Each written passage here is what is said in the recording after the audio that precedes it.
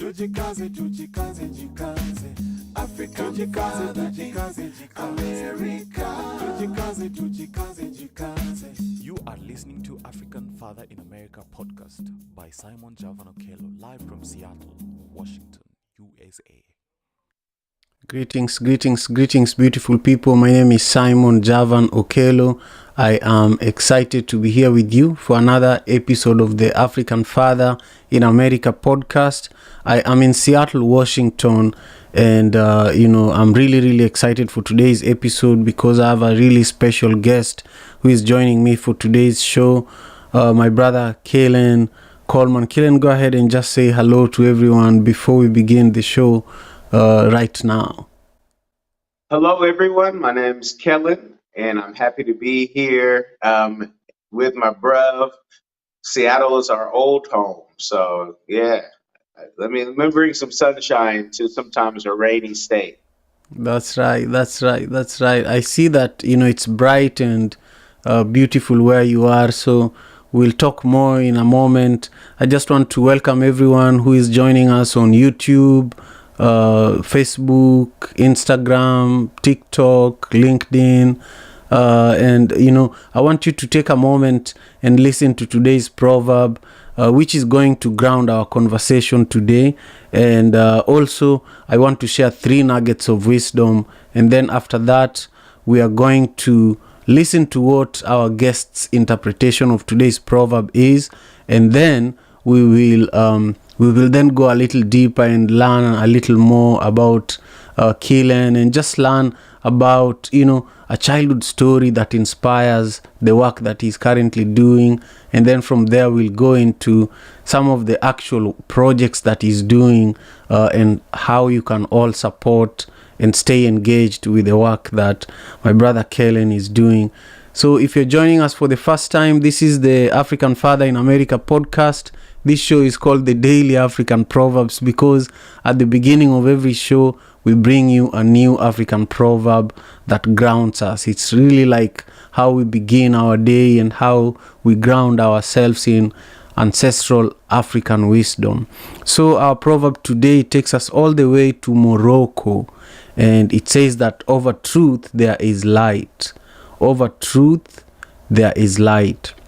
This is a powerful statement reminding us of the illuminating power of truth, and the fact that when you embrace the truth, you feel free. You feel free from the noises that we experience out there, whether it's on social media, whether it's with life in general. When you embrace the truth, you are always going to feel like you have a sense of freedom that you're experiencing in your life.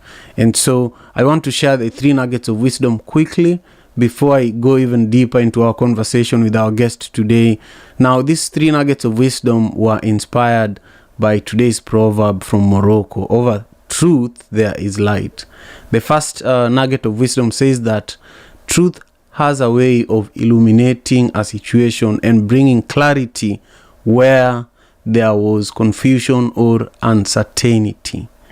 Number 2, seeking truth can be a journey that involves shedding light on what was once hidden or obscured. A lot of the time when you look at a painter working on a piece of art, you don't understand what they're working on, but you trust them and you trust the process that they're going through. And as you look at them working, adding different colors, adding different shapes, eventually you see the beautiful image that they wanted you to be able to see. It was all in their mind, but eventually they present it to you, and it takes time. It takes different shades. That's what this nugget of wisdom is trying to tell us. And then finally, the final nugget of wisdom says that when the truth is present, it has the power to dispel darkness and bring understanding to a situation. This is why in places like Liberia, South Africa, where there were, even in Rwanda, where there were, grave, injustices that happened to humanity, there were truth and justice reconciliation commissions that were created, where people were going there to pour their hearts out, and there was a lot of healing as a result, and there's still a lot of healing. Some of these commissions are still going on until today. So again, if you're joining us, I want to know what this proverb means to you. Over truth there is light. This is from Morocco. If you're joining us on TikTok, let me know in the chat. Share the link to this conversation over there on TikTok. If you are joining us on YouTube, I want to see your comment there with where in the world you are joining us from. And also do the same if you're on Twitter. We're also live on Twitter.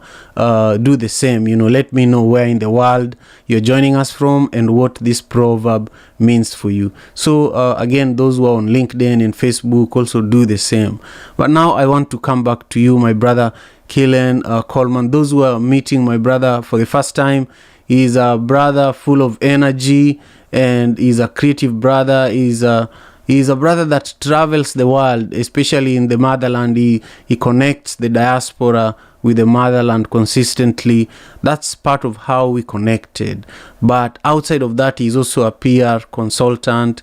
He's a principal and a licensed sports agent. Kellen, I want you to just take a moment and add anything to the introduction I just gave you, so that those who are watching can learn a little bit more about you, and then talk about today's proverb, over truth there is light. This is from Morocco. Let us know what it means to you. Okay. Good morning again, everybody. And what I really am is somebody who's very nosy, very pugnacious, I want to be able to fix things, and I want to fix things that it fits whatever that problem is. So for all the titles that I have, or even being an author, it was because I wanted to, shed some light on, industries, whether it be faith-based or whether it be children's books, and that's all something that I do, and I do it with my family, and it's just a great thing to be able to tell stories. Especially, I like to do things that are new. I'm not into the status quo. This is how it has to be because we've been doing it for 30 years. There's better ways, and I've been like that. Probably people who know me from a kid, I've always wanted to do things my way, because I think there's a better way, at least to fit me. Later, only to find out there's certain abilities that you have, teaching wise, that they try to scar people with and say, hey, that's a disability like dyslexia. I think I found that out right before I turned 40, that I passed the dyslexia test and found out a superpower. So a lot of different titles, and connecting the diaspora back to Africa and letting our people know who they were before we were pulled out of this fishbowl, and why sometimes we don't always fit in here in America or in Europe. It's something that has just been a blessing. Now, to the proverb, over truth there is light. That's the first time I had heard it. So, for me, we know the scriptures talk about, and I'm talking about the Ethiopian scriptures, because that's the complete book. In the first book, there's so much reference to light and that path, and we know that you know lies aren't the way. The truth is the way to that enlightened path, to wherever we need to be going, for progress, for our families, for peace. I don't know too many people, and we can look at politicians' lives and we can look at entertainers' lives and see when they start lying is when they start maybe rising in their pocketbooks, but when they start declining as well. Whether you are Bill Clinton, Trump, Paul Bia, or whoever, you start you start with the lies, you start changing constitutions, you start acting like you're fair, but you're displacing the Amber boys, Ambazonia and Cameroon, whatever the politician is, right?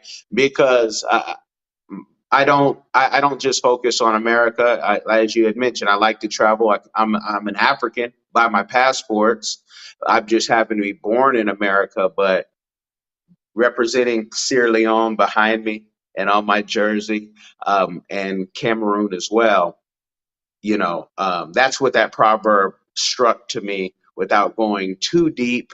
And it probably sounds better in, Arabic or French, but in English, that's what it meant to me. That's right. That's right. Yeah, man. Thank you. Thank you again for all your dedication to the motherland and to the culture, and and all the incredible work you do. Especially as a family man, as an African father. This podcast was built for African fathers originally, and it has grown beyond that. But I just want to acknowledge you. And now I want you to take a moment and share with us a story, a childhood story, because I normally share with all my guests my own story of when I was 8 years old and how my mother gave me a bicycle to help her distribute milk in our neighborhood in Kenya, in Kisumu, Kenya, in a place called Manyata. And in fact, if you're following what's going on in Kenya currently, the last elections that were held in August last year were disputed, and currently there is a revolution that is going on in Kenya. There are protests going on in different parts of the country, but Kisumu, where I come from, and Manyata, where I grew up, is always the epicenter of political unrests in the history of Kenya. And so I used to distribute milk and bread in this neighborhood where whenever there is any political unrest in Kenya, that's where the explosion happens first, So I grew up in this rough neighborhood, but it taught me a lot, because just being able to distribute milk and bread and carry money and bring it back home and get a commission taught me how to live with people, taught me how to build business and build relationships and build community. And I apply that here in Seattle. I take risks the way I did there. And I feel that you are very similar in a lot of how you approach life. And in connecting with you over the phone, I've learned how you value actually generating income for our people, and finding creative ways of partnering with people who are already doing something. So take us back, share with us something that happened maybe when you are 8, 16, that continues to drive who you are today as a leader and as an African father. Okay, yes, you and I have many similarities. And to Kenya, let me see. Uhaligani, Kenya. I see Um, that. I see that. yeah, yes, yes. And so for me with childhood and, talking about even our similarities, that working at a young age, I had a very privileged background. I'm from Oakland, California, but I have a very privileged background. And you learn even more about your privilege when you hear about everybody else's story. But childhood was great, and everybody has their ups and their downs. But to be honest, like I'm spoiled, and so but I started working. Even my grandmother had businesses, and she came from Arkansas with 12 children to have. I think she had one more on the way, but my grandmother had businesses in Oakland.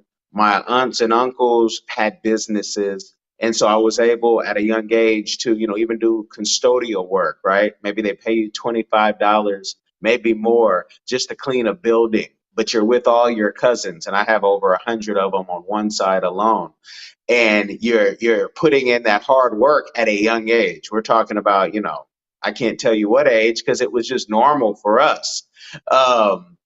But even having a paper route, I think I might have had one for the shortest amount of time. And I don't even know if it was my own paper route or if I was helping a friend.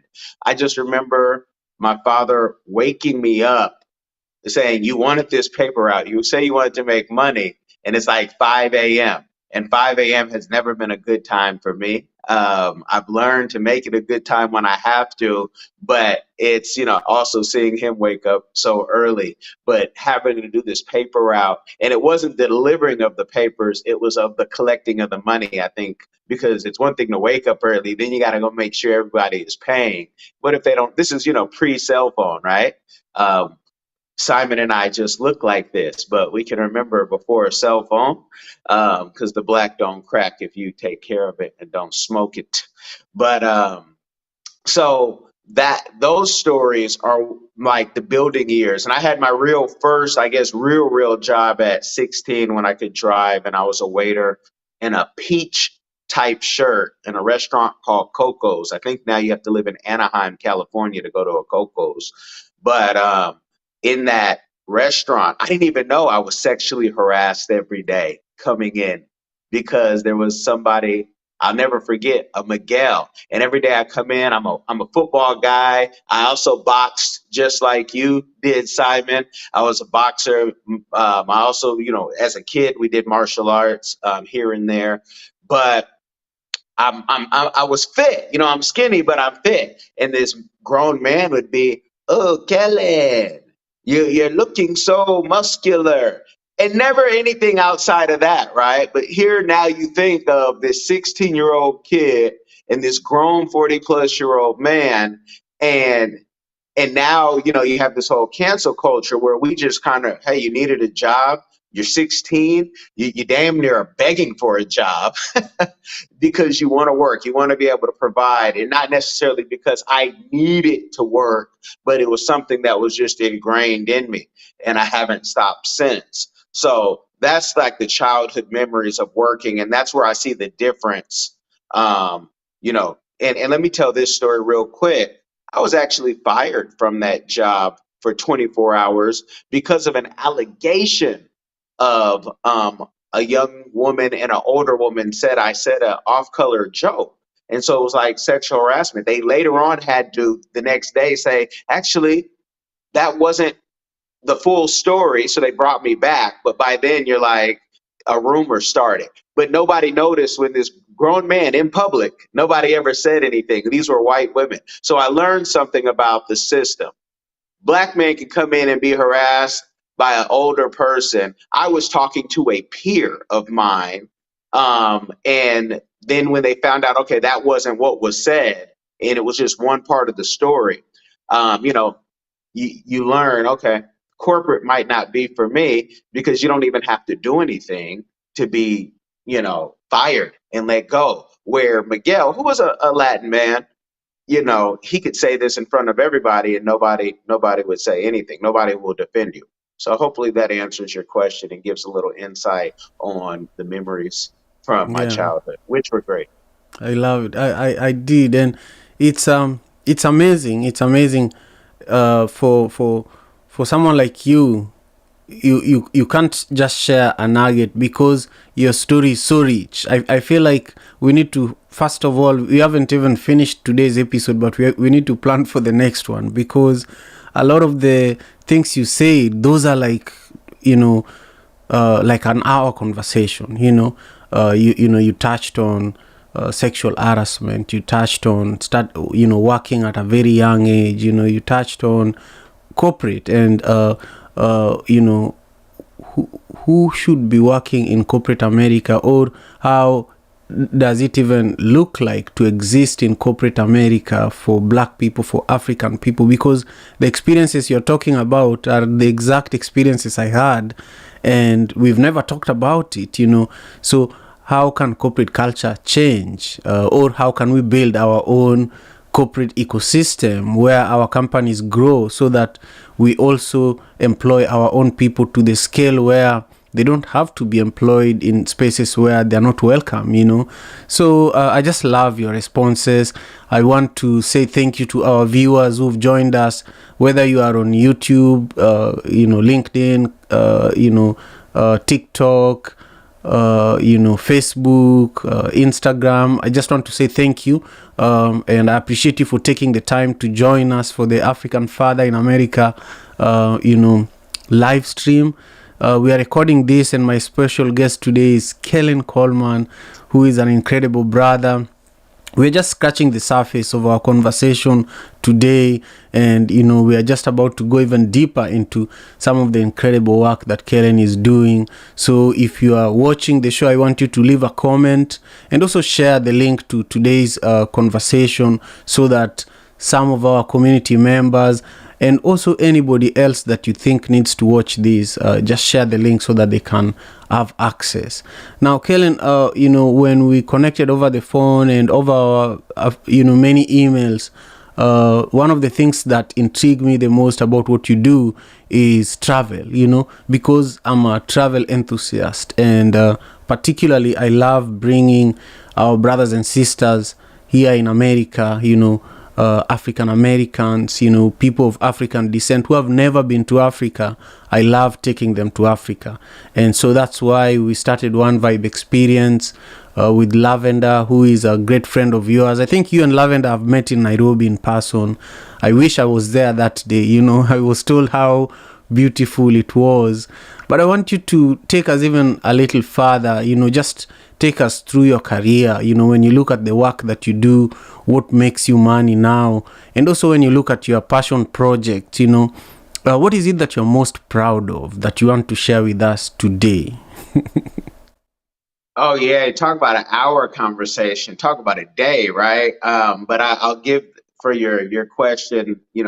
My accomplishment, my biggest one as of yet, and it all has to do tying in with other people. I don't always have the greatest ideas, but I have a small team that's always growing, and many of my people have been with me for over a decade. But it's being able to show people something different. So I'm an outlier where Universal Records, I was told, you wouldn't want to work here. Everything is so one-sided. This is how we do things. When I worked interned in Congress, you want to make change. So I like to make change. So anything where I can make change. And even right now, I'm looking at online teaching jobs, especially for HBCUs, but for universities that get that the old way of teaching is old and it's not getting our people hired, which means to me, it's almost like a fraud that you're selling something to students that they cannot use in the field, especially in the arts, mass communication. You have professors who haven't been in the field for 20 years, and they're still teaching. And so my biggest accomplishments I haven't even done yet because I need to help with that situation. But being able to bring people to Africa ties into that, because we're bringing, mostly Americans, Black Americans. We have brought some Mzungu. We brought a Mzungu. He came on the trip and was great. But everybody gets to see Africa for themselves, because everybody's Africa experience will be different. I cannot tell you, this is not North Korea where I can curate a tour and say, this is Africa. I have people who have gone to Africa more than a handful of times who've never even been bold enough to go to downtown Nairobi. And I say, you got to go downtown Nairobi. Like it's New York in its heart, but some people want to stay in the Westlands, right? And that's their Africa for now. But my Africa is in all my travels, I want to go to the hood, I know the Queen of Kibera. And I have to go to Kibera every time I go and touch the people. Not that I'm there to prove anything, but those are my people too. And we, just like we want to connect people here in the States, the hood and the executive suites and the streets, we want to do that everywhere we go, but you have to do it with wisdom and you have to do it with teams. I can't go to Kibera by myself and say, hey guys, Haligani, and start talking about, people are offering me matako, and I'm thinking it's not Taco Bell, folks, if they offer that to you. You have to know what you're, where you're at. So my biggest accomplishment is just being able to connect people however I can. And I love to see the tears. I love to see the joy, the laughter when people say, wow, what I was thinking and what I was doing this whole time in America, they told me this was wrong. But this is me. This is the culture. And so you're not wrong. And that's why I love travel, when you get out of this matrix. This is a social experiment, America. And it's great for money. it's great for, certain systems, but it is not who we are in the core. So it's good to be back in that fishbowl, and I like to bring people into that fishbowl so they can feel like they're not abnormal, because what we have bred here in America, it's Sodom and Gomorrah. And thank you so much. I love that. I love that. I just want to say thank you to a couple of people who are joining us for the show today. Before I do that, I want to ask you, Kellen, to think about how our viewers and our listeners can support the work that you're doing. This is a question I ask all my guests. How can we support you? What website can we go to? And also, how can we stay connected with you? What are your social media handles? So think about that. For now, I want to ask our wonderful viewers, especially those who are on YouTube. I see Cabs and Brother Earth. Share with us where in the world you're joining us from, and also what today's proverb means to you. The proverb is from Morocco. It says, "Over truth there is light." I also just want to say that March 20th is a significant date in Africa. Why am I saying that? I'm saying that because of a couple of things. This proverb says, "Over truth there is light." And on March 20th, there's a lot of truths that are going to be revealed in Africa.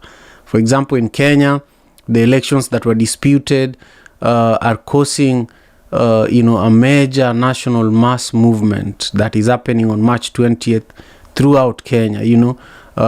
There's a likelihood of the procession that is going to be led by Raila Odinga to go all the way to State House. Hopefully, their hope is that they want to take over the leadership because they won and it was rigged, and the West helped the current president, take office. In South Africa, Julius Malema is also trying to kick out Ramaphosa from office because South Africa is the continent's biggest economy, but there are blackouts there way more than Kenya.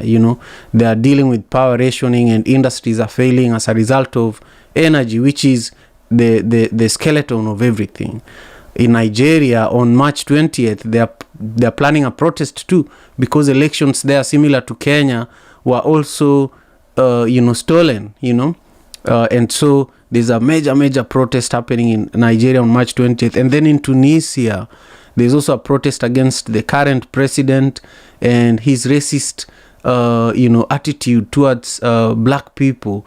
A lot of African people have been maimed and brutalized, and a lot of African countries are airlifting their citizens out of Tunisia as we speak. So pay attention to what's going on in Africa, and also do what you can to be helpful. Even if you're here in the diaspora, there's a lot that you can do in terms of contributing to the transformation of Africa. Whether you are taking back people from the diaspora like Brother Kellen and myself do, whether you're running an organization like One Vibe Africa like I do, and whether you're just picking up a phone and checking on someone, you can always do something little on a day-to-day basis. But also, I want to remind you again, I want to see the comments there with your own interpretation of today's proverb. Over truth there is light. This is from Morocco. Now, as we continue on towards the end of our time together here, and towards the end of today's episode, I just want to give Kellen space. I want you to speak about something I didn't ask you, then speak about how we can support you, and also how we can stay connected with you. If there's anything I didn't ask that you want to touch on, this is now that time. Well, one thing you and I have, and we are not ever in competition when we're talking about Africa, because there are so many tours and so many trips. But what I tell people is, for me, the tour is just another way for us to help build business. I want people not just to tour in Africa. So when they go with you on a tour, or if they check out a social media and I'm talking about a tour, or we're all talking about it together, because I believe we're going to be able to combine something, especially in Malawi, Malawi, and, to wherever else we can go, Namibia. My part is, making sure that the Western mindset goes to Africa and is as comfortable as possible, which is not hard to do. But then when the real fun for me is being able to create business there. And we've been able to do that with clients and say, look, we're going to establish a business here. I'm a citizen too of Sierra Leone. I have a business there. It's not the biggest business, but what I'm doing is I'm doing what I'm doing comfortably, with the consulting, saying, hey, I have enough people that we can trust, because that's the biggest thing that people ask, even if they're from Africa. They say, how did you guys build that home in Cameroon? I can't even give my own father or mother money because it keeps getting chopped, and we have a small team that we work with, and what the company is doing is that's what we want to do. We want to be able to have people create business there. I don't want you just to come to Africa as a tourist. I want you to come as a business person. I want you to drop dollars, because your dollars go so much further. America, it's so high priced for most people that most people coming out of college can't afford a home. They can barely afford rent. And that car payment is crazy. When I hear people's car payments, I say, wow, it's just crazy. I am a Dave Ramsey fan, so I live a different lifestyle, and because I want to be debt free, but connecting is the biggest thing, and just getting, finding out where you're at. I'm not a salesperson. I can just tell you what my time is worth if I'm going to do it. But I can't sell you Africa. I can't sell you my services, because I'm not meant for everybody. We're meant for those who have an ear to hear on how we do things with principles that are older than us.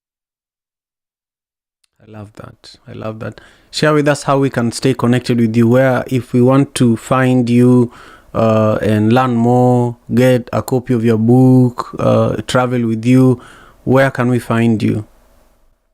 Oh, well, if you want to get to the book, you can go to Amazon or Barnes and Nobles and put in my name, Kellen Coleman. That's with a C.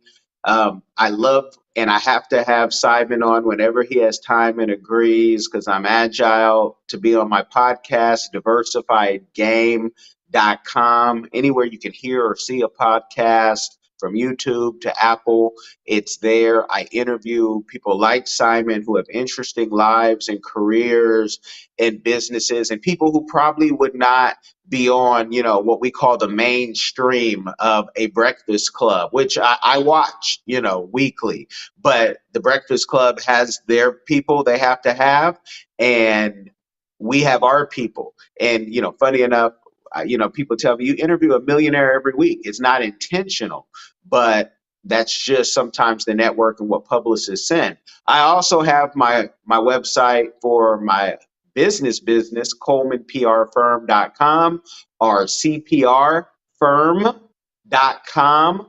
Either one you want to go to, and it kind of shows you what we do, and you can connect with me like that. Kellen Cash with a K on all social medias, probably except LinkedIn, which is Kellen Coleman, just to keep it professional. I'm trying to go like Oprah and just have Kellen. I just want to have Kellen, and the name, whether it's on a blimp or a billboard.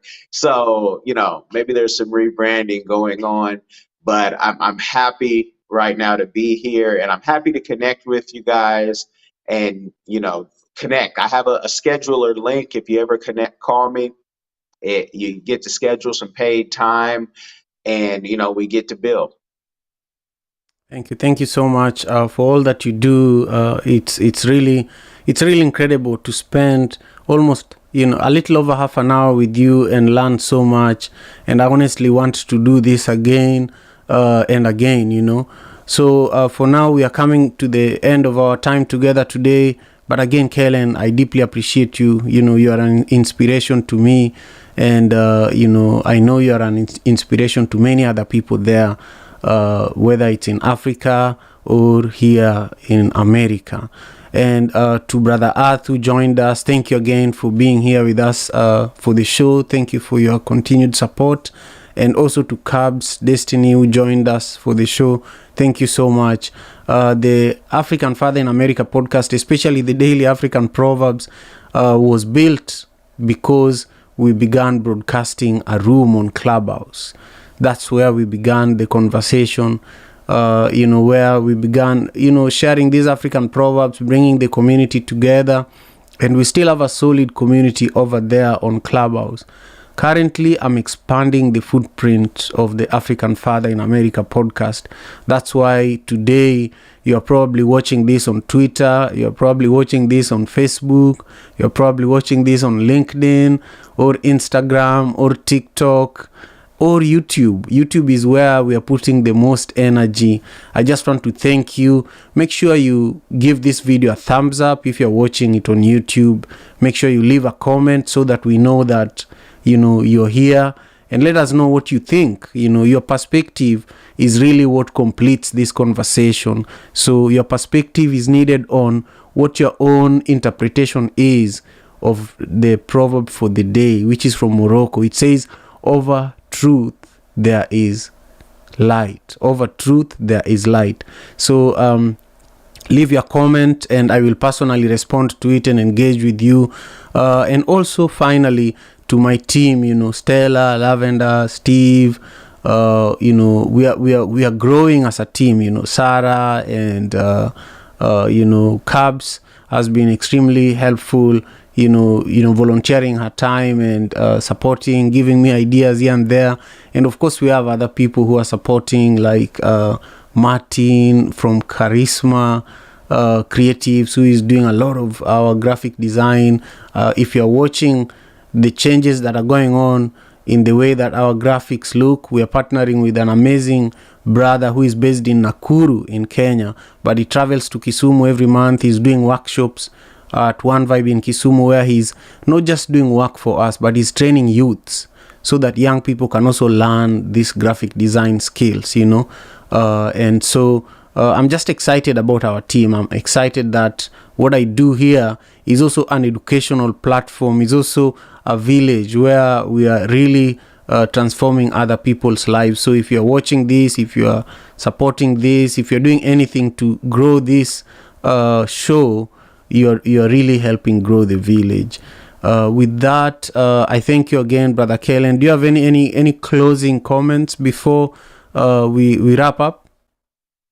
Just, thank you for platforms like this that let us allow us to speak freely, and that, everybody who is in America, Europe, Haiti, Jamaica, big push. I wish everybody does their AfricanAncestry.com. There's ways of getting citizenships for those who qualify, and we hope to grow that more, because we need options, especially here in the West. We need options. Everybody else, if this place was to burn tomorrow, like Rome has somewhere to go, many of, even folks born in Africa have given up their citizenships, given up their residencies. We need to have options, because we will be running across trying to get to Mexico.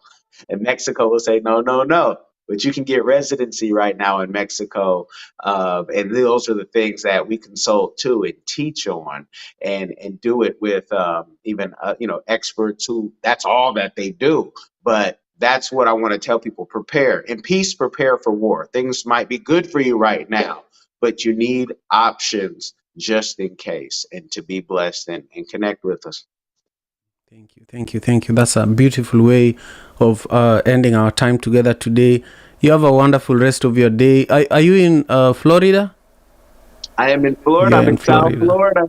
Nice. Well, enjoy the warm weather over there while we suffer with this cold weather here in the Pacific Northwest. I really thank you for making the time, and I hope that we will connect again soon. I'll be reaching out privately to you on a project that we could potentially do in the next few days. So thank you again. Take care of yourself, and to all our viewers and listeners, thank you again for your continued support for the African Father in America podcast. Take great care of yourselves. Peace and love. African Father in America. Tujikaze. Tujikaze. African father in America. You are listening to African Father in America podcast by Simon Javan Okello, live from Seattle, Washington, USA.